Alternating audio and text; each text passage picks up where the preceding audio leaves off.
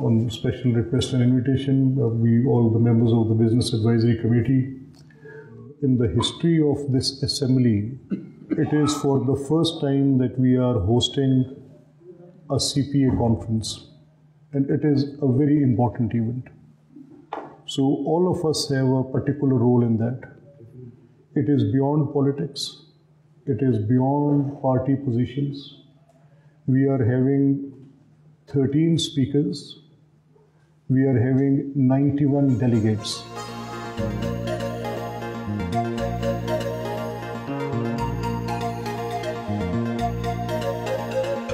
یہ جیسا ہم پرپز بلڈ ایک لائبریری بنا رہے ہیں. It is going to come up like this. We are naming this library as Mian Nawaz Sharif Hall. اے سر ساڈا ریڈنگ روم ہے. یہ ہم یہاں پہ ایک پرماننٹ کافی شاپ دے رہے ہیں. اچھا. This is how it will be.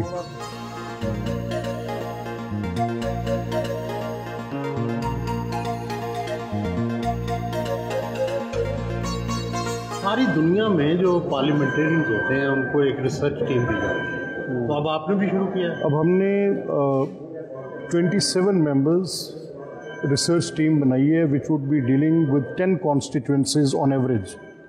ان کے ہر طرح کے جو لیجسلیٹو ٹولز ہیں, وہ کوئی بل لانا چاہتے ہیں, وہ کوئی اسمبلی بزنس لانا چاہتے ہیں, کوئی ایڈجرنمنٹ موشن دینا چاہتے ہیں, اس پر ان کو جو بھی اسسٹنس ریکوائرڈ ہے اس معزز رکن کو, وہ اسسٹنس ہمارا پی ڈی یو ان کو دیتا ہے. حکومتی اراکین اسمبلی کے لاؤنج میں آئے.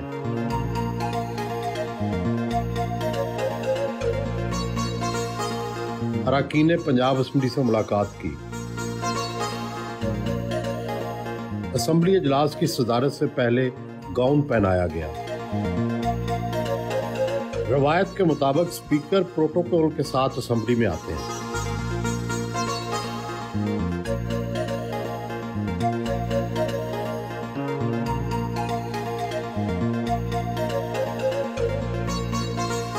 ہمارے اسامہ لغاری صاحب ایم پی اے کی والدہ صاحبہ, فتح خالق کے بڑے بھائی خداداد لک صاحب, عطیہ افتخار صاحبہ کے والد صاحب کے لیے پلیز دعائے مغفرت کیجیے. جی before we take up the agenda for today, آج کے ہمارے ہاؤس کے اجلاس میں we have very special people present in our galleries. یہ وہ ہیروز ہیں جو اپنی جد و جہد اور جو تھیلیسیمیا کے پیشنٹس ہیں, but they are all coping in an excellent manner. اور ان کی ہمت کو میری ہاؤس سے درخواست ہوگی کہ اسٹینڈنگ اویشن دی جائے, پلیز اسٹینڈنگ اویشن دی جائے. سندس فاؤنڈیشن کے رول کو بھی میں اس میں اپریشیٹ کرتا ہوں, اور میں نے آج منسٹر ہیلتھ سے کہا ہے کہ گورنمنٹ تھیلیسیمیا پہ بل لے کر آئے, جس کو ہم پہلی فرصت میں we would take it up. جی thank you very much. I welcome you all the people from Sundus and thalassaemia patients.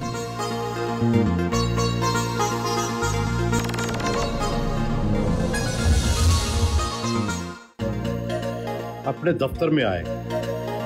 Speaker کا الگ سے سیکریٹریٹ ہے, بہت با اختیار خود مختار ہوتا ہے. آپ یہ بتائیں کہ وزارت کے زیادہ مزے ہیں یا اسپیکر کے زیادہ اختیارات ہیں؟ نہیں, کوئی کمپیریزن نہیں ہے. آئین میں جو انتظام فراہم کیا گیا ہے وہ 3 ڈفرینٹ آرگنس کریٹڈ ہیں, ایز یو نو, ٹرائیکوٹمی ہے.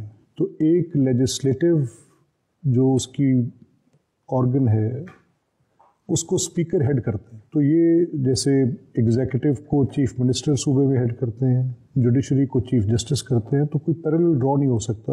Speaker drives all that what is empowerment of people, اور وہ اس کا ماڈریٹر ہے. تو امپاورمنٹ آف پیپل کے ماڈریٹر ہونے کے اس کی جہت مختلف ہے, اس کے فرائض مختلف ہے, اس کے حقوق مختلف ہیں. آپ قانون پڑھے بھی اور آپ وزیر قانون بھی رہے, ظاہر ہے آپ سے یہ توقعات بھی ہیں کہ اسپیکر بننے کے بعد آپ بہت سی اصلاحات کریں گے.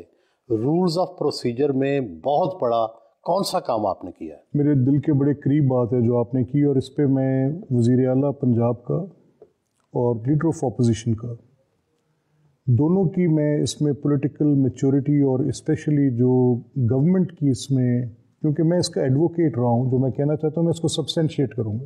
میں پہلی بار 2002 میں اس اسمبلی کا رکن بنا, تو 2002 سے لے کے 2022 تک میں مسلسل تقریباً ہر اجلاس میں ریلیجسلی یہ آواز اٹھاتا رہا کہ جو اس کی کنفرمیٹی ہے پروسیجرز کی، کیونکہ یہ 1997 کے بنائے گئے ترتیب دیے گئے رولز ہیں، اور جو 1997 کے رولز ہیں ان کی شکل بہت بگڑی جب LFO آ گیا، لیگل فریم ورک آرڈر، اور پھر جب 18ویں ترمیم نے خاص کر یہ دوبارہ اس کی اوریجنل پوزیشن پہ بحال کیا، تو میری یہ پوری دلیل تھی، میرا یہ مقدمہ تھا بطور اپوزیشن کے رکن کے، بطور لاء منسٹر کے، بطور گورنمنٹ کے ٹریجری ممبر کے، کہ ان کو ان کنفرمیٹی ود 1973 کانسٹیٹیوشن رولز کو لے کر آئے۔ تو ابھی جب یہ اسمبلی کا ٹینیور شروع ہوا تو پھر چیف منسٹر نے اپنی میڈن اسپیچ میں یہ بات کی، اور اس کے بعد پھر ہم نے ان کو at par with national assembly کیا، اور کوئی 72 کے قریب ہم نے وہ تمام رولز امینڈ کیے جو آئین کے ساتھ مطابقت سم ہاؤ نہیں رکھتے تھے۔ آپ اکثر اسمبلی میں بھی باہر بھی بات کرتے ہیں کہ صوبوں میں محکمے ہیں، وزارتیں نہیں۔ ایک تو یہ سمجھائیں کہ محکمہ اور وزارت میں کیا فرق ہے، اور کیا مرکز میں تو وزارتیں ہیں وہاں محکمے نہیں ہیں، تو یہ ڈسپیرٹی یا یہ آپس میں تضاد کیوں ہے؟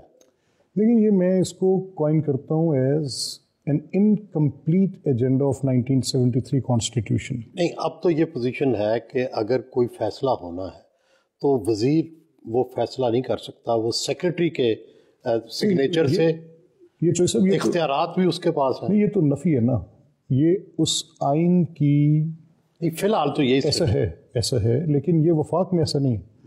1973 کے آئین نے صوبے اور وفاق کے لیے ایک ہی تجویز دی، اور اس نے دی کہ وزارت ہوگی اور منسٹریل رسپانسبلٹی ڈکلیئر کی، اور وزارت کا بننے کا مطلب یہ ہے کہ وزیر با اختیار ہوگا، وہی فیصلے کرے گا اور وہی اس کے پاس اختیارات ہوں۔ اور یہ کسی بھی اعتبار سے پولیٹیکل پاور کا، ایگزیکٹو پاور کا ایک جگہ پہ مرکوز ہونا اس جواب دہی کے نظام میں لازم ہے اس آئین کے تحت۔ نہیں، کیا ملک صاحب اس سے تو یہ ہوگا نا کہ آپ کی جو بیوروکریسی ہے جو کہ اس وقت صوبہ چلاتی ہے، تو بیوروکریسی کے اوپر ایک الیکٹڈ جب وزیر آئے گا تو ظاہر ہے وہ ناراض تو ہوں گے۔ یہ ناراضگی کی فکر نہیں جی، وہ ایسا نہیں ہوتا یہ کہ کیا وفاق میں جو بندوبست ہے اس بندوبست کے ہونے سے کیا کوئی ان کے کام کرنے کی کسی صلاحیت میں کوئی فرق آ گیا؟ سوال ہی نہیں پیدا۔ لیکن ریزسٹ تو کریں گے، مزاحمت تو کریں گے۔ نہیں دیکھیے، بٹ آئی ول ٹیک مائی وے۔ اب میں تو اپنی بات کو چیف منسٹر کے پاس بھی رکھتا ہوں، ہاؤس میں بھی رکھتا ہوں، میڈیا میں بھی رکھتا ہوں، پبلک میں بھی رکھتا ہوں، ان سرکاری لوگوں کے ساتھ بھی رکھتا ہوں کہ دیکھیں، سوال یہ ہے کہ آج یہ جو لیفٹ اوور ہے نوآبادیاتی نظام کا، اس کا جو امپیکٹ ہے وہ ایک ہی چیز ڈائلیوٹ کر سکتی ہے، وہ کر سکتی ہے more empowerment of people, political empowerment of people. آپ نے بطور اسپیکر اپنی تنخواہ بھی بہت بڑھا لی، ارکان اسمبلی کی تنخواہ بھی بہت بڑھا لی۔ ہمارے ہاں یہ کہا جاتا ہے کہ ارکان کے اسمبلی اور اسپیکر اس کے بہت جو مالی معاملات اچھے ہو گئے ہیں، واقعی ایسا ہے؟ جی بالکل ایسا ہے۔ میں somehow I won't be an apologist on that and I would rightfully defend the position where I sit۔ دیکھیں، سوال یہ 1972 میں ایک قانون آپ پاس کرتے ہیں، پھر اس کو 74 میں دوبارہ پاس کرتے ہیں، اور وہ ایکٹ کی صورت میں نافذ العمل ہے، اور وہ ایسے ہے کہ رکن اسمبلی کو وہ ایکٹ ڈکلیئر کرتا ہے کہ ان کے مراعات اور ان کی تنخواہ گریڈ 1 آفیسر یعنی گریڈ 22 کے آفیسر کے برابر ہوں گی، اور جب بھی یہ بڑھیں گی تب وہ بڑھیں گی۔ اس ایکٹ پہ میں نے 2004 میں پہلی بار سوال اٹھایا کہ یہ قانون موجود ہے، رکن اسمبلی کی تنخواہ 17,000 روپے۔ میں نے کہا آئی فیل ایز، میں تو اس کو ایک انسلٹ کے طور پہ لیتا ہوں، I would rather not take it. 17,000 روپیہ تنخواہ لے کے میں نے اپنے منہ پہ کالک ملنی ہے، میں نہیں لیتا۔ 24 گھنٹے کام کرتا ہوں، 24 گھنٹے چودھری صاحب، جو میرا سونا بھی ہے نا، وہ بھی اب مجھے لگتا ہے کہ سوتے ہوئے بھی مجھے کچھ خیال آ رہے ہیں۔ میں صبح اٹھتا ہوں اور میں اپنی ڈیوٹی کو پوری جاں فشانی، میں سے مراد ہے یہ پولیٹیکل کلاس، پوری جاں فشانی سے ادا کرتے ہیں۔ اور جو نہیں کرتا وہ فلٹر آؤٹ ہو جاتا ہے. اب کتنی ہو گئی ارکان اسمبلی کی اور آپ کی تنخواہ؟ دیکھیں میری تنخواہ بڑی ہوگی تو 4.5-5 لاکھ روپے کے قریب ہوگی, ٹیکس ویکس کاٹ کے ہو جائے گی اتنی زیادہ. اور ارکان اسمبلی کی ان کی 3.5-4 لاکھ کے قریب ہوگی. پہلے کتنی تھی؟ پہلے 40,000 روپے. 40,000. 18 سال تک اس لاء پہ عمل درآمد نہیں ہوا. میں نے تو صرف یہ سمری بنا کے وزیر اعلیٰ کے پاس بھیجی کہ درست فیصلہ کریں, یا یہ قانون ختم ہونا چاہیے اور یا اس پہ عمل درآمد ہونا چاہیے. اب گریڈ 22 کے برابر ہے؟ گریڈ 22 کے برابر ہے. آپ کے اور کیا کیا مراعات ہیں ایز اسپیکر؟ دیکھیں کہ یہ کیونکہ ایک آئینی عہدہ ہے, اس کی ایک سیریمونیل بڑی ایک ریکوائرمنٹ ہے. ان میں آفیشیل آپ کی کنڈکٹ, آپ کی موومنٹ آفیشیل ہے, اس کے ساتھ آپ کو انہوں نے کچھ سیریمونیل اور روبس پہنا دینے ہیں, اس کے ساتھ انہوں نے آپ کو کوئی سیکیورٹی پرووائڈ کرنی ہے. کتنے ملازم ہیں آپ کے اسمبلی میں؟ 1200 کے قریب, 1800 کے قریب. اور بجٹ کتنا ہے اینول آپ کا؟ کوئی بہت بڑا بجٹ نہیں ہے. اس اسمبلی کے بجٹ سے زیادہ تو کسی ایک ڈپارٹمنٹ کا یا کسی کا, ان کے تو بلینز میں ہوتے ہیں. یا ہم اسمبلی کے ممبرز کی تنخواہیں, ملازمین کی تنخواہیں ڈال کے بھی ہم کوئی 4-5 ارب کے قریب ہوتے ہیں سال. اسپیکر صاحب, آپ نے کمال کیا کہ جس بات پر ساری پنجاب حکومت ناراض ہوئی ہوگی, آپ نے 2 سیکرٹری ہی صوبائی بدلوا دیے ارکان اسمبلی کو. تو ظاہر ہے اس سے حکومت اور وزیر اعلیٰ ناراض نہیں ہوئے؟ نہیں, بالکل نہیں. وزیر اعلیٰ کی خاصیت یہ ہے کہ بڑی انصاف پسند ہے. میری بات میں اگر کوئی زیادتی ہوتی تو she as the chief minister and the leader of the party, میں آج ایک کانسٹیٹیوشنل پوسٹ پہ بیٹھا ہوں, تو she could ask, simply ask نہیں, وہ تو مجھے کہہ سکتی ہیں, اور ان کی ہر بات کو سننا اور اس کا احترام کرنا میرے پہ بڑا لازم ہے, اس میں کوئی شک نہیں ہے. لیکن جو ان کی سیاسی پختگی ہے ان کی اس بات پر کہ شی کوڈ سفٹ غلط اور صحیح کے اندر. اب جہاں پر ایک کسی ہاؤس کی پریولیج کا سوال ہوگا اور جہاں پر کسی کے ان پروفیشنل کنڈکٹ کا سوال ہوگا, تو ان کے اوپر وزیر اعلیٰ نے جو فیصلہ کیا بڑا اچھا فیصلہ کیا. ہم تو ان کو تجویز ہی کر سکتے تھے, ہم نے کی. لیکن آپ سے بیوروکریسی تو ناراض ہو گئی ہوگی. آپ پریولیج موشنز پہ لوگوں کو بلاتے ہیں, آپ جس کا کنڈکٹ اچھا نہیں ہوتا ارکان اسمبلی سے اس کے خلاف ایکشن لیتے ہیں, تو ظاہر ہے اس سے وہ جو بڑے طاقتور بیوروکریٹ ہیں وہ تو ناراض ہوں گے. نہیں, انٹرسٹنگلی ایسا جو ایسا ہے نہیں. میری حد الوسع کوشش ہے, اور جس حد تک بھی میں اس میں اپنا کردار ادا کر سکتا ہوں کرتا ہوں, کہ رولز کے باہر جا کر کو بات نہ ہو. ماضی سے ہی مستقبل پڑھا جا سکتا ہے. حنیف رامے ہوں, منظور وٹو ہوں یا چودھری پرویز الہی, پہلے اسپیکر تھے پھر وزیر اعلیٰ بن گئے. آپ اپنا مستقبل کیا سوچتے ہیں؟ اور کسی کو پتہ ہو یا نہ ہو, آپ کو پتہ ہے کہ میری شعوری اور سیاسی کوشش 2 لوگوں کے لیے, ایک اس ملک میں وزیر اعظم ہے اور ایک اس صوبے کی وزیر اعلیٰ ہے.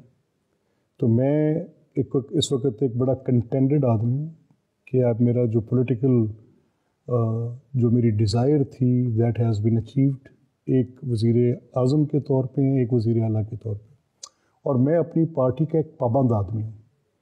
اب میری ٹریننگ میں یہ چیز شامل ہے. میں I am at the age of crossed 50 now, اور میں بڑا پولیٹیکلی ایک آئیڈیالوگ آدمی ہوں. 2 میں پریگمیٹسٹ ہوں. میں غلط آئیڈیالوجی پہ بہت اصرار کرنے والا آدمی نہیں ہوں, میں ایک پریگمیٹسٹ ہوں. لیکن میری ایک جماعت کے ساتھ وابستگی ہے. اگر میری جماعت مجھے بطور ایک کارکن کے حکم کرے گی تو میں وہ کردار ادا کروں گا. میری جماعت نے کہا کہ میں بطور رکن اسمبلی کردار ادا کروں, میں وہ کروں گا. جس جگہ پر بھیجا وہ کیا. اگر کل کو جماعت مجھے اس اہل سمجھتی ہے کہ مجھے کسی اس سے اور بڑے عہدے پر بھیجتی ہے تو میں ان کی امیدوں پر پورا اتروں گا, کبھی مایوس نہیں کروں گا. لیکن فیصلہ جماعت کا.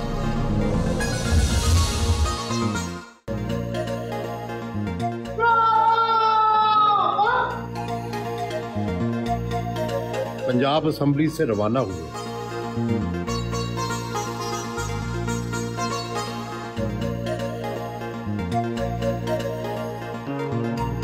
اپوزیشن کے لوگ کہتے ہیں کہ ملک احمد خان ہی گیم چینجر تھا, جس نے جنرل باجوہ کے ذہن کو بدلا، اور آج جو تبدیلی آئی ہے اس کے پیچھے آپ ہیں؟ تو سر میں اپنے خیالات روک نہیں سکتا، اور میرا یہ بالکل اس پہ کلیئر ریزولو ہے کہ میں بڑی شدت سے عمران صاحب کی سیاست کا، ان کے طریقہ کار کا، ان کی حکومت کا، ان کے طرز سیاست کا ایک بڑا مخالف ہوں، ناقد نہیں، بڑا مخالف. اور میں جس کے ساتھ بیٹھتا ہوں میں دلیل سے ثابت کرتا ہوں کہ ان کا حکومت کرنا اور اس طرز سیاست کا، جس انداز میں انہوں نے حکومت کی اور ان کا طرز سیاست، یہ اس ملک کے وجود کے لیے کن بنیادوں پر اس کے اوپر بھاری پڑ رہا ہے.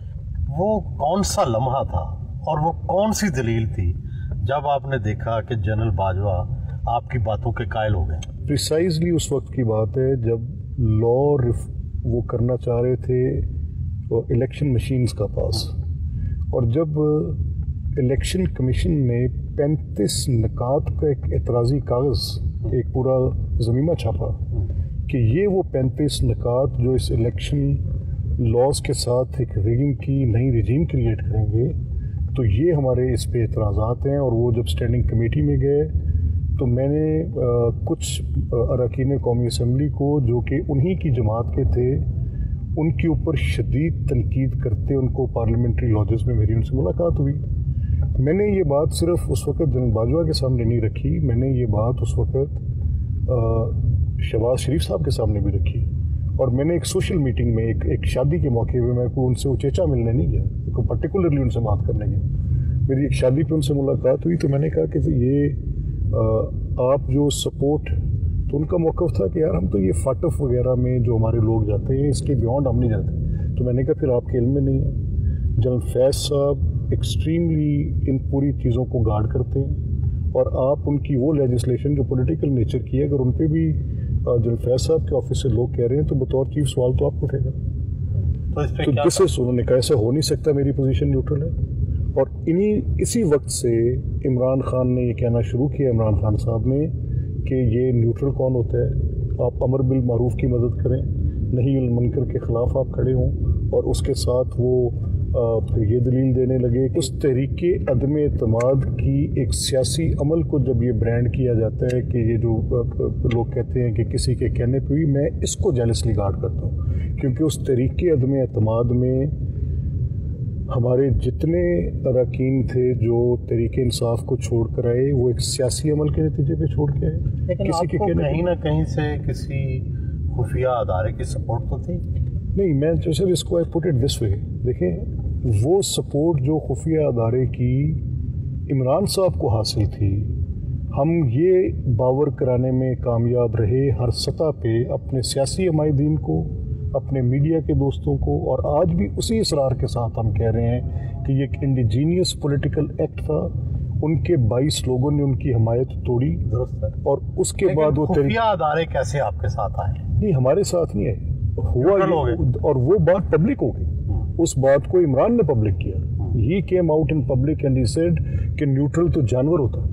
انہوں نے لیش بیک کیا اسی بنیاد پر کہ آپ نے میرے ساتھ دھوکہ کیا، غدار ہو گئے.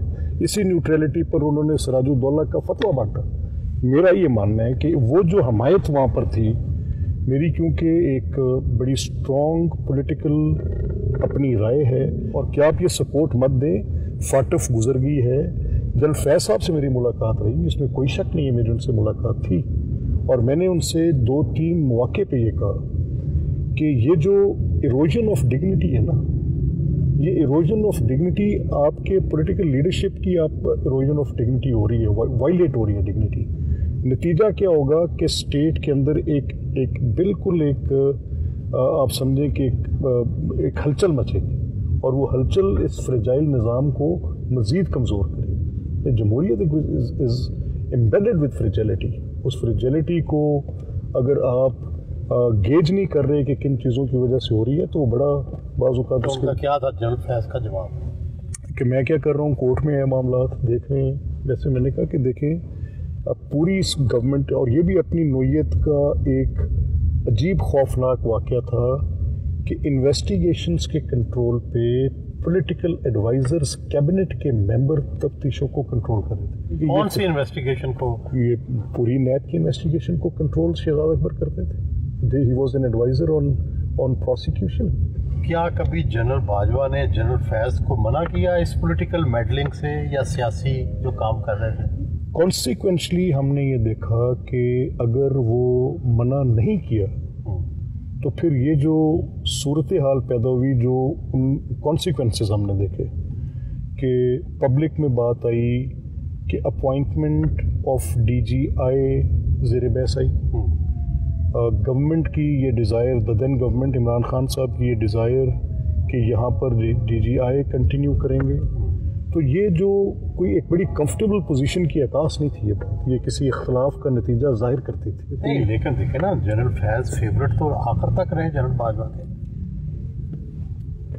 دیکھیں, یہ تو ان کے ساتھ انہوں نے ایک لمبا عرصہ کام کیا اور وہ ان کے جتنا عرصہ ان کی چیف شپ رہی اس کے ساتھ وہ ان کے ساتھ وہ منسلک رہے, تو اس میں تو میں یہ اس کو ڈینائی تو نہیں کر سکتا کہ ان کا ان سے تعلق اور وہ ان کے سب آرڈینیٹ تھے, لامحالہ ضرور ہوگا, یہ تو دو رہے نہیں. اب ملے آپ جنرل باجوہ سے, اب وہ جنرل فیض کے جو کورٹ مارشل ہے اس پہ کیا کہتے ہیں؟